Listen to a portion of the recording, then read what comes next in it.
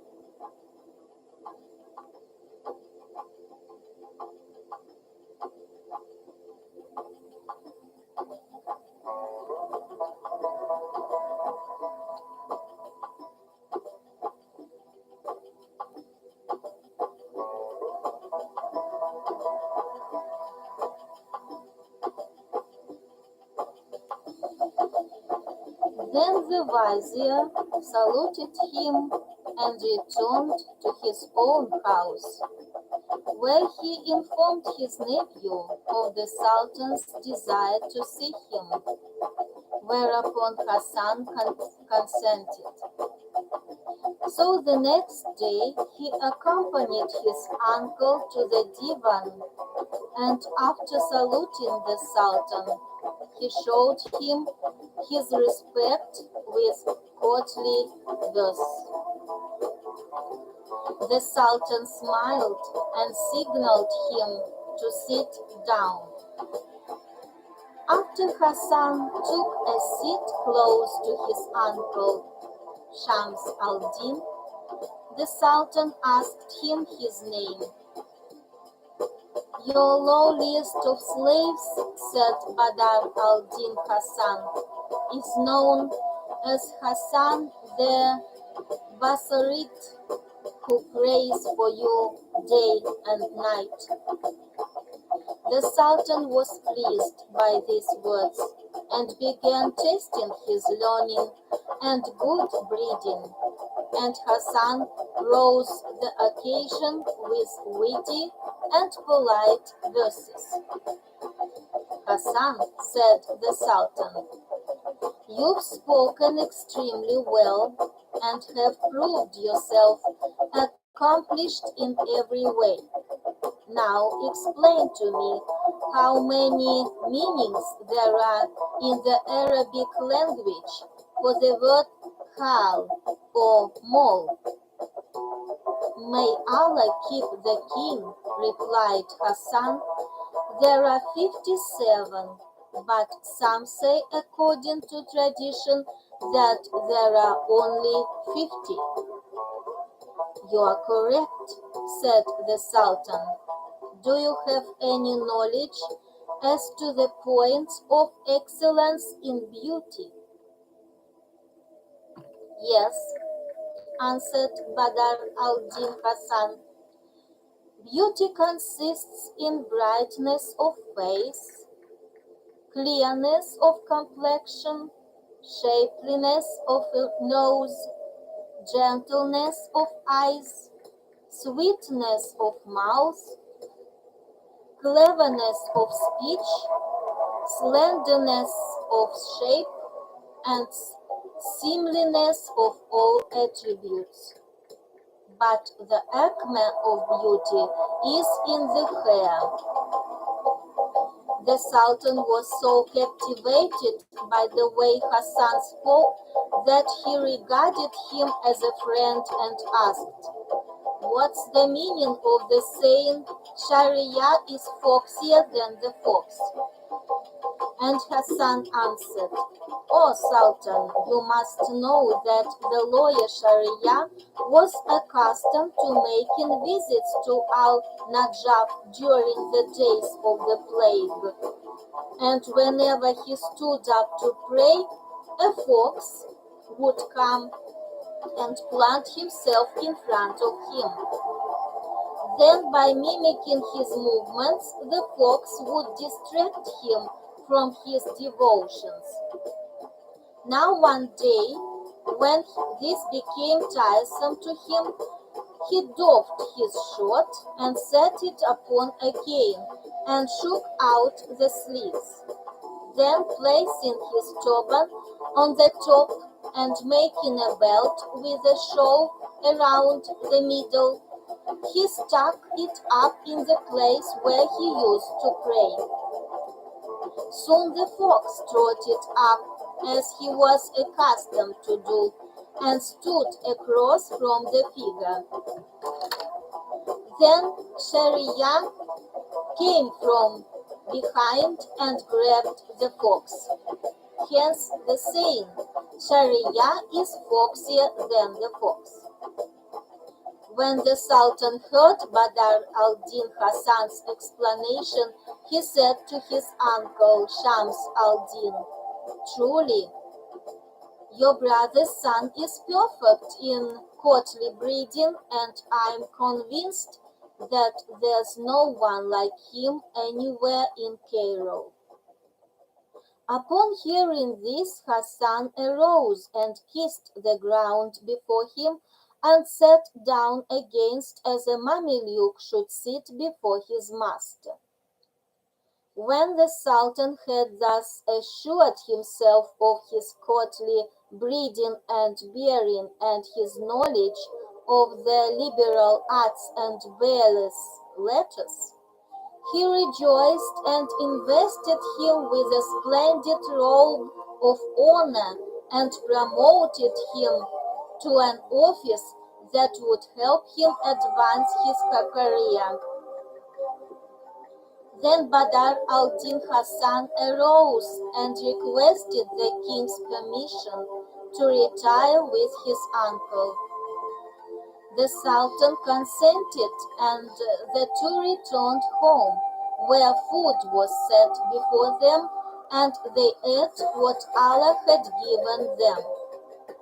After finishing his meal, Hassan went to the sitting chamber of his wife, the Lady of Beauty, and told her what had happened between him and the Sultan. Whereupon she said, "I'm sure that he will make you a boon companion and bestow favors on you. In this way, the rays of your perfection will spread on shore and on sea, thanks to Allah's blessing. I propose to write a qasida, an ode, in the Sultan's praise," he said, "and perhaps his affection for me may increase." "That's a good idea," she answered. "Weigh your words carefully, and I'm sure that the Sultan will look upon your work with favor." So Hassan shut himself up in his chamber and composed a remarkable poem. When he had finished transcribing the lines, he had one of his uncle's slaves carry them to the Sultan, who read the poem and was very pleased by it. In fact, he read the ode to all those present, and they praised it with the highest praise. Thereupon the Sultan sent for the writer, and when Hassan entered his sitting chamber, he said, "From this day on, you will be my boon companion, and I'll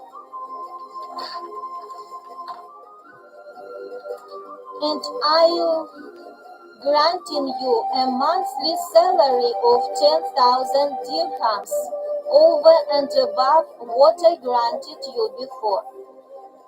So Hassan arose, and after kissing the ground before the Sultan several times, prayed for the king's glory, greatness, and long life.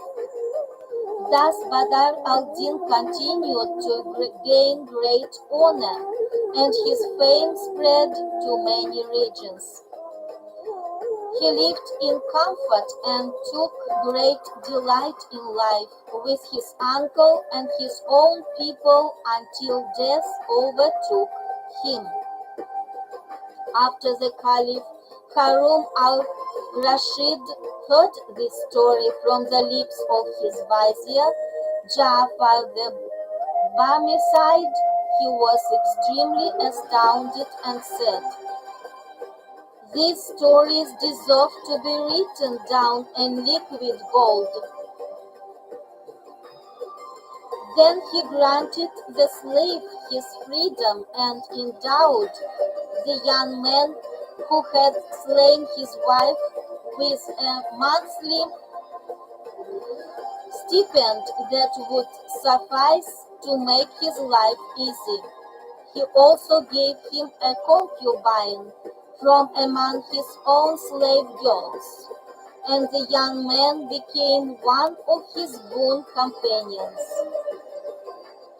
Yet this story, continued Scheherazade, is in no way stranger than the tale of the hunchback. "And what happened to him?" asked the king. "Have patience," Scheherazade said, and she asked his permission to tell her tale the following night. And the king was most happy to grant her wish.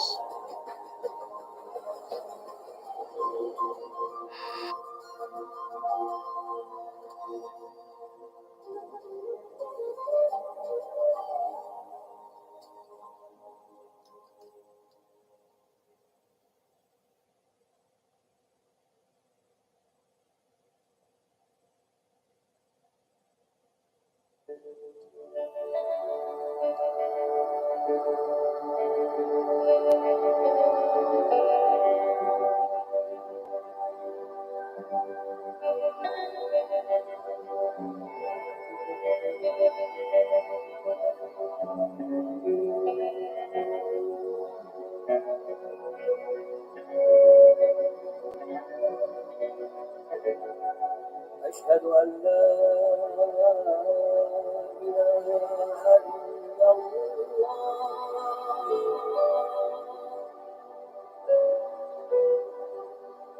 أشهد أن لا إله إلا الله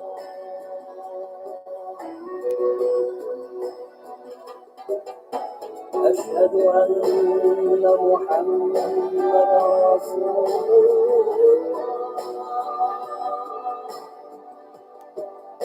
أشهد أن محمدا رسول الله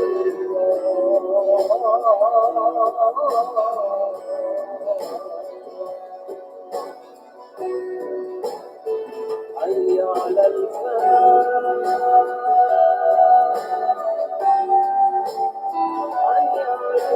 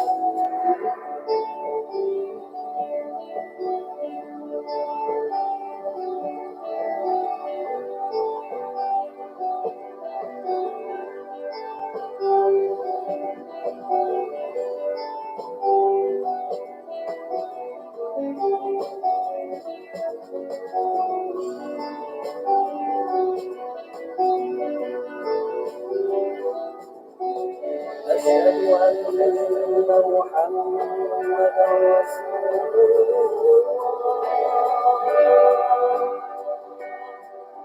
أشهد أن محمدا رسول الله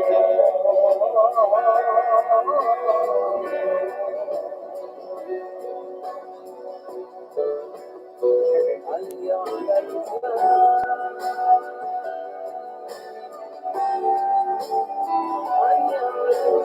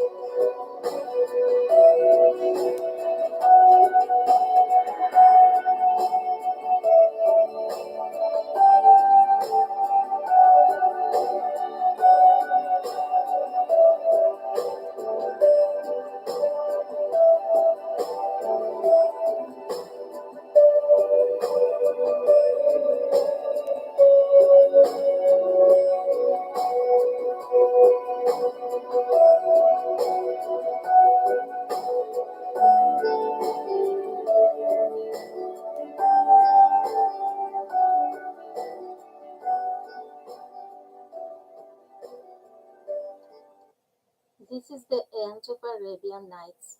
See you later.